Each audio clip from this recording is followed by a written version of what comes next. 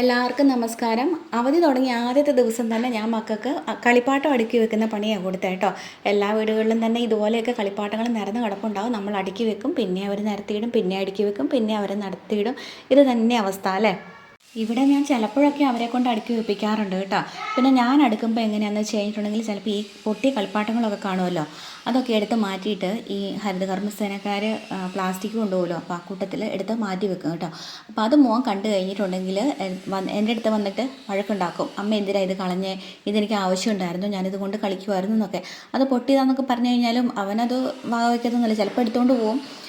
ഞാൻ പിന്നെയും തിരിച്ച് പ്ലാസ്റ്റിക്കിൻ്റെ കൂട്ടത്തിൽ, കളയാനുള്ള പ്ലാസ്റ്റിക്കിൻ്റെ കൂട്ടത്തിൽ കൊണ്ടുവെക്കും. അപ്പം അവൻ ഇടയ്ക്കിടയ്ക്ക് ഇങ്ങനെ വഴക്കുണ്ടാക്കാറുണ്ട്. കഴിഞ്ഞ ദിവസം അവനും അവൻ്റെ ഒരു കൂട്ടുകാരനും കൂടി ഉണ്ടല്ലോ, ചുമ്മാ എറിഞ്ഞ് കളിക്കായിരുന്നു കളിപ്പാട്ടം. ചുമ്മാ ഭിത്തിക്കിട്ട് എറിയുക, നിലത്ത് ടൈൽസിനിട്ട് എറിയുക, എന്നിട്ട് എറിഞ്ഞ് കഴിയുമ്പോൾ ഇതങ്ങ് പൊട്ടുമല്ലോ. പൊട്ടി കഴിയുമ്പോൾ അതിനുള്ളിൽ നിന്ന് അതിനുള്ളിലെ സാധനങ്ങളെല്ലാം പുറത്ത് വരും. അത് കാണുമ്പോൾ അവർക്ക് രസം, പിന്നെ അത് എറിഞ്ഞ് പൊട്ടിക്കും. അങ്ങനെ ചുമ്മാ ഇട്ട് പൊട്ടിക്കായിരുന്നു കേട്ടോ. അപ്പോൾ ഞാൻ വഴക്ക് പറഞ്ഞിട്ടും അവരതൊന്നും കേൾക്കുന്നില്ല. പിന്നെ അവർക്കതൊരു രസമാണ്, അവർക്കതൊരു കളിയായിപ്പോയി. അപ്പോൾ എന്നിട്ട് അതിൻ്റെ കഷ്ണങ്ങളൊക്കെ നിലത്തോടെയൊക്കെ കിടന്നിട്ട് നമ്മുടെ കാലിലൊക്കെ കൊണ്ട് കയറുമല്ലോ. അപ്പോൾ ഞാനതെല്ലാം കൂടെ കൂട്ടിയിട്ടേ ഇവരെ കൊണ്ട് തന്നെ അടുക്കി വെപ്പിക്കാമെന്ന് വിചാരിച്ചു. അപ്പോൾ അവനോട് തന്നെ പറഞ്ഞു കഴിഞ്ഞാൽ അവൻ ചെറുതായതുകൊണ്ട് ശരിക്കും അറിയില്ലല്ലോ. അതുകൊണ്ട് മോളെയും കൂടെ കൂട്ടി രണ്ടുപേരും കൂടെ അടുക്കി വെക്കാൻ പറഞ്ഞു. എന്നിട്ട് രണ്ട് ബാസ്ക്കറ്റ് കൊടുത്തിട്ടുണ്ട്, കളിപ്പാട്ടം ഇടുന്ന ബാസ്ക്കറ്റുകൾ രണ്ടെണ്ണം. അപ്പോൾ അതിനകത്തോട്ട് എടുത്ത് വെച്ചിട്ട് പൊട്ടിയ കളിപ്പാട്ടങ്ങളൊക്കെ ഒരു കൂടിനകത്തോട്ട് എടുത്ത് വെക്കാൻ പറഞ്ഞേ.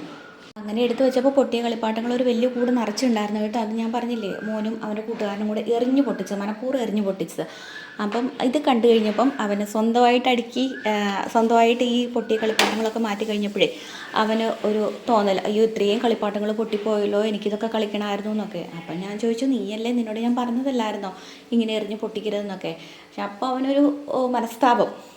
അപ്പോൾ അതിനുശേഷം അവൻ കുറച്ചൊന്ന് ശ്രദ്ധിക്കാൻ തുടങ്ങിയതുപോലെ, ഈ കളിപ്പാട്ടങ്ങൾ ഇത്രയും ഇതുപോലെ നശിപ്പിക്കരുത്, എനിക്കിതൊക്കെ കളിക്കാനുള്ളതാണെന്നൊരു തോന്നിയതുപോലെ അവൻ പിന്നെ കുറച്ചൊന്ന് സൂക്ഷിക്കാൻ തുടങ്ങി. 2-3 ദിവസമായില്ലെങ്കിലും കുറച്ചൊന്ന് സൂക്ഷിക്കാൻ തുടങ്ങി. അതൊക്കെ എടുത്ത് സൂക്ഷ്മതയോടെ കുറച്ചൊന്ന് കളിക്കാൻ തുടങ്ങി.